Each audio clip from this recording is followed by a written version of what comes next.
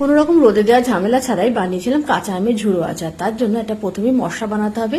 তার জন্য নিয়েছি সব থেকে বেশি ধনে, তারপরে নিয়েছি গোটা ধনে, তার হাফ করে নিয়েছি সব জিরে, গোটা জিরে, আর তারপরে নিয়েছি গোটা শুকনো লঙ্কা, একটু পাঁচফোড়ন, একটু মৌরি দিয়ে ভালো করে শুকনো খোলা একটু টেলে নিয়েছি। এরপরে এদিকে দুটো কাঁচা আম খুব ভালো করে ধুয়ে নিয়েছি, তারপরে একটা কিচেন টাওয়েল দিয়ে মুছে নিয়ে খোসা ছাড়িয়ে নিয়েছি, আর কিন্তু ধুইনি। আমি এখানে পরে আরো একটা আম অ্যাড করেছিলাম, তারপরে গ্রেটারে সব থেকে মোটা দিকটা দিয়ে গ্রেট করে নিয়েছি। আর এদিকে মশলাটা ঠান্ডা হয়ে গেছে, মশলাটাকে কিন্তু ক্র্যাশ করে নিয়েছি, মানে পুরো আধ ভাঙা করে নিয়েছি।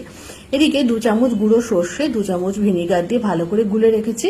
গ্যাসের উপর বসিয়ে দিয়েছি কড়াই, বেশ অনেকটা পরিমাণ সর্ষের তেল দিয়ে তার মধ্যে গোটা শুকনো লঙ্কা, গোটা পাঁচফোড়ন দিয়ে দিয়েছি। দেওয়ার পর এর মধ্যে হলুদ আর কাশ্মীরি রেড চিলি পাউডার দিয়েছি ভালো কালার আসার জন্য। তারপরে গ্রেট করে রাখা আমগুলো দিয়ে দিয়েছি। প্রথমে কিন্তু লবণ দেবো না, লবণ দিলে জল ছেড়ে যাবে। বেশ 80% মতো রান্না হয়ে গেছে, তখন কিন্তু এর মধ্যে লবণটা দিয়ে দিয়েছি।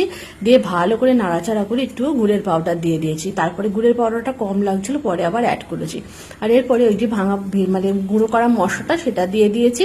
ভালো করে নাড়িয়ে চাড়িয়ে মিশিয়ে নিয়েছি। ওই যে বললাম আবার একটুখানি মানে গুঁড়োর পাউডার অ্যাড করেছি। আর সবশেষে গ্যাসের ফ্লেমটা বন্ধ করে এই ভিনিগারে মেশানো সর্ষে গুঁড়োটা দিয়ে দিয়েছি একদম। তারপরে ঠান্ডা করে একটা কাচের বয়ামের মধ্যে ভর্তি করে রেখে দিয়েছি। চাইলে রোদে দিতে পারো, আবার নাও দিতে পারো। কেমন হলো এই ঝুড়ি আচার জানিয়ে, রুটি পরোটার সাথে খুব ভালো লাগবে।